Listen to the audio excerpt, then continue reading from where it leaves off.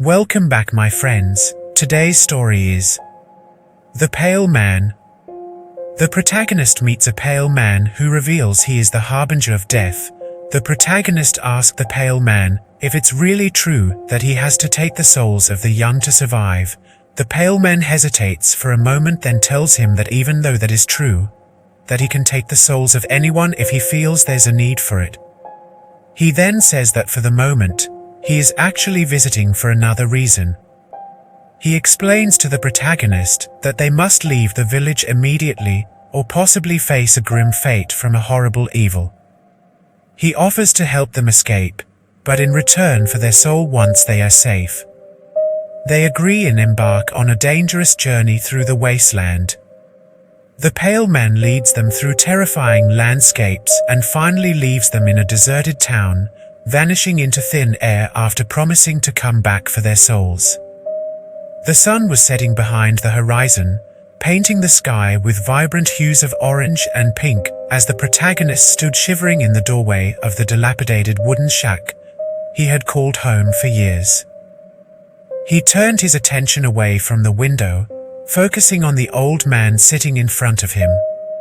"What do you mean, Harbinger of Death?" he asked, barely able to get the words out as fear shook his entire body. The old man looked at him with a smile that didn't reach his eyes.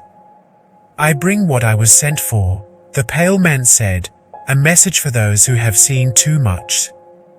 The protagonist looked around his small home, noticing the few belongings he had managed to gather over time. He lived a solitary life in this village that had once thrived, but now was slowly dying away. No one was born here anymore, people only left or passed on.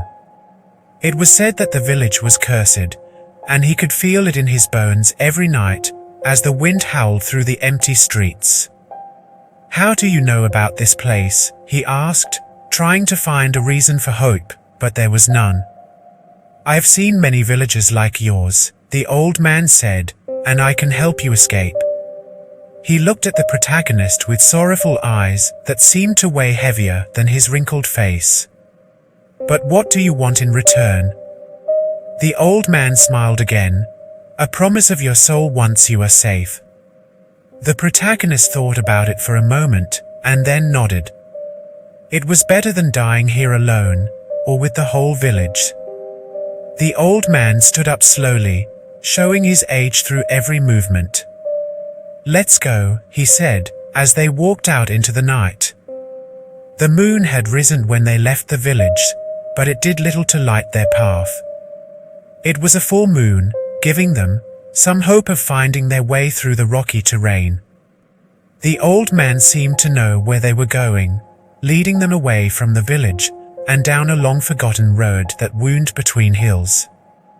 A few hours into their journey, they heard a sound in the distance. The protagonist stopped in his tracks as the old man put a hand on his shoulder, signaling him to be quiet. They could hear footsteps, but no one was there. "They will come for us soon," the old man said. "We must keep moving." He guided the protagonist through the night, following some instinctual path that made sense only to him. Suddenly, they were at a crossroads, with a different kind of road ahead of them. This one was paved and seemingly well-traveled. The old man looked both ways, finally deciding on turning right. The protagonist couldn't see anything in the darkness, but followed as he had no other choice. They walked for hours until they came to what seemed like the end of the road, a cliff overlooking a canyon. "We must go down," the old man said, pointing at a rickety ladder that led into the depths. The protagonist couldn't see the bottom, but he was too tired and scared to argue. He followed the old man down. At the bottom of the cliff, they found an abandoned town. It seemed like it had been empty for years, with boarded-up windows and peeling paint. The protagonist collapsed on a porch, not caring if he would ever see the sun again. "Here," the old man said, "is your new home." And then he was gone. The protagonist woke up the next morning, still alive, but unsure of what had just happened. He stepped out into the street and heard nothing. It wasn't until noon that he saw the first person, a young woman with an infant who looked at him in shock. "Where did you come from?" she asked. "I came to find a new life," he answered. She motioned for him to follow her, and they spoke all afternoon as people began to emerge from their homes. They were amazed that he made it here alive, but glad to see another person in the dying town. "We have our reasons for staying," one old man said, "but we don't ask why you came." The protagonist explained everything and everyone was shocked. It seemed that this place was also cursed, with its own deaths from beyond. The protagonist's arrival in the abandoned town is met with curiosity and caution by its inhabitants. As he integrates into their daily life, he discovers a dark secret about the town's history and encounters supernatural phenomena that threatened his newfound safety. The protagonist spends days adapting to his new surroundings, helping the townspeople with odd jobs and learning their customs. He notices strange occurrences at night, when shadows seem to move in the distance, and children's laughter can be heard without any visible source. As he grows more comfortable, a family invites him into their home, revealing a hidden underground tunnel system and dark rituals tied to the Pale Man. The protagonist spent days getting used to the quiet town, helping with odd jobs like fixing fences or building small walls. The people were kind but kept their distance, not letting him inside homes until one family took him in. Their children played outside all day, and he felt a sense of happiness he hadn't felt for years. He spent nights talking with the parents about his village's troubles and their stories of why they came here. They spoke of another man who helped them, but no one knew if he was still alive or what happened to him. One night, as the protagonist lay in bed, he heard children laughing outside, but there were none around. He went out and saw a flash of light from an alley. Following it, he found a door in a wall with a tunnel beyond that led into darkness. He hesitated, remembering the Pale Man's words, but curiosity got the best of him. He lit a torch and descended into the tunnel to find a room full of children playing with toys. They stopped as he entered and pointed at an altar where an effigy stood in shadows. The protagonist gasped as a shadow moved behind it, and a woman spoke from the darkness about sacrifice for another life. The next day the family told him they needed to go hunting, and he helped them pack. They left their children with another family, who were friendly but watched him curiously. He followed them to the hills and saw signs of a hunt nearby. They took out rifles and tracked a large beast that had been preying on livestock.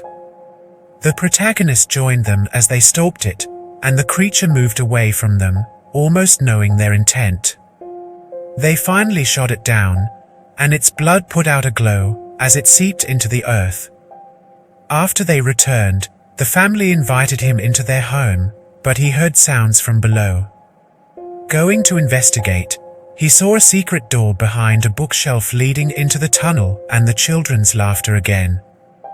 He was terrified as the woman appeared in his room, telling him about sacrifices for survival. She seemed kinder than before, and showed him a book with names and dates. "I came to escape death," he said, "not this." She smiled, saying it wasn't forever, but he realized that soon she would ask for his soul, just as the old man had. The protagonist confronts the dark secrets of the town, uncovering a grim truth about the Pale Man and the sacrifices made to him, while forming an uneasy alliance with a sympathetic woman. As he helps hunt the creature, they discover its true nature and face a final stand against it. The protagonist spent hours in his thoughts until the woman came back, and he confronted her about what she said. She smiled sadly, saying it was their only way to survive, but he must help her in the morning to ensure his future. The next day, he asked about hunting, and she agreed, as long as they went alone. They tracked the creature together, and he saw a cave where it slept. He shot at it but missed, and it charged, injuring him on its tusks. She stabbed it with her knife and they killed it, taking what they needed to eat. As they left, she showed him a path that led away from the town to a safe place to escape. That night, she told of the old man coming back for souls. He agreed to help tomorrow if he could leave after, but would help her today. They tracked to a pond where a large beast lay sleeping near the water. The protagonist shot it, and they skinned it in the woods. As they left, she told of sacrificing children to the pale man. "You are no different," he said angrily, but she insisted they needed him. They went to town and spoke with the elders, who agreed as long as the protagonist left after tomorrow. He felt sick that night, seeing the desperation, but also saw what the pale man did. The woman took him to a hidden room where children were kept before their passing. In the morning, he followed her to a cave with a torch and saw the pale man sleeping in a crib. She showed him another door behind an altar where children lay, but the protagonist grabbed his rifle as she went through. He shot the pale man before she could stop him, and it woke up screaming in rage. The woman screamed as it turned on her, killing her and the children. Then it was quiet as it fled into darkness, leaving them alone. "Why?" he asked, but she smiled sadly, said they were safe. He lit a fire and left, realizing that this was no escape from death. He needed to fight. The next day, he went hunting with others in a large group. He found the creature's den and shot it down with their rifles, but as he left, it came for them. He ran back and helped, killing it again as they fled. It chased them to a cliff where it died. They burned its body to make sure it was dead this time, and the protagonist asked if this was true freedom. A man looked at him, saying he knew what he was. "This is our life," the man said, and the protagonist nodded before leaving. The protagonist finds solace in a new village, but encounters a mysterious girl who claims to know his past and warns him of danger, leading him to face the pale man once more. As they confront its true form, he must choose between a life of freedom or a dark fate tied to the pale man's twisted existence. The protagonist found another town, smaller than before but thriving. He was welcomed and helped by its people as he explained his story. One girl approached him one day, looking strangely familiar. She said she knew him and where he came from, so he asked her name. "Jane," she said, "the girl you saved years ago." She explained how her brother died hunting the pale man and she remembered him. She showed him a room with her parents, and they spoke of his life. He felt safe here, but realized it was temporary. A month passed, and the girl helped him build homes and work with others. One night, she found him in front of the pale man's effigy, crying. "You can't escape," she said, knowing where he had come from. "I must," he answered as the pale man appeared. He looked more human, but seemed to be decaying. It told him it could see his soul, and wanted a new sacrifice or freedom. Jane was there with her family, and he agreed in fear. The next day, they hunted a monster. There were reports that it possibly had a lair under an old house. The pale man left for the hunt. They found it and started attacking it, but right when they thought they were about to win the fight, a horde of smaller, but equally vicious monsters came out, going after Jane's family and others in the area. It chased them through the town and into a forest. They were terrified. Jane tried comforting the others. She was just as frightened as the others, but she knew she needed to remain strong. If not for herself, she needed to for the safety of her family. The protagonist and his companion's frantic pursuit of the pale man led them through a haunted forest, uncovering a dark secret about the town's past inhabitants and Jane's connection to the monster. In the forest, they split up to track the creatures as they chased one by one. Jane ran with her family, but it seemed the monsters were playing with her. Finally, she lost them in a clearing where others had set traps. The pale man was there, saying the town would die if they left him. She told him to take her and free everyone else. He shot it, and it screamed and vanished, but only for a few minutes. All of a sudden the ground started shaking, lightning striking all around the area. The monster reappeared and was stronger than ever. Jane and her family watched in horror. The pale man, acting slightly shocked, but expecting it in a way, screamed, "I knew it. I knew that it wouldn't be that easy, but I was sure hoping that it would be." "How did you know?" Jane asked. He said he vaguely remembered hearing stories about it as a child. There were myths about the extreme strength of the beast, and that it can't be easily killed, especially by being shot. Shooting will weaken it temporarily at times, but it can cause it to disappear briefly while absorbing more powers from hell. Then when it returns into our realm, it is bigger, stronger, and always brings more smaller minions with it. The pale man told everyone to hide as best they can for now, as he needs to leave and do much research on this, because if not, everyone would surely perish. This was a different dilemma for the pale man, as he can usually take the life of anything it will, but these creatures are different. Whenever they are weakened, they are able to absorb all the power needed from hell. "Why am I helping these people?" the pale man said to himself. He continued on. While the pale man was searching for any kind of weaknesses to the monster, he was remembering times of before he had to collect souls. He was thinking and asked himself, "What is going on? I can't have feelings. I have a job to do. I have to collect souls to survive. I am the Harbinger of Death." He gets aggravated of the confusion, sits silently for a moment, then gets back to researching on how to kill these creatures. He's able to kill most things, but these creatures are far beyond that power.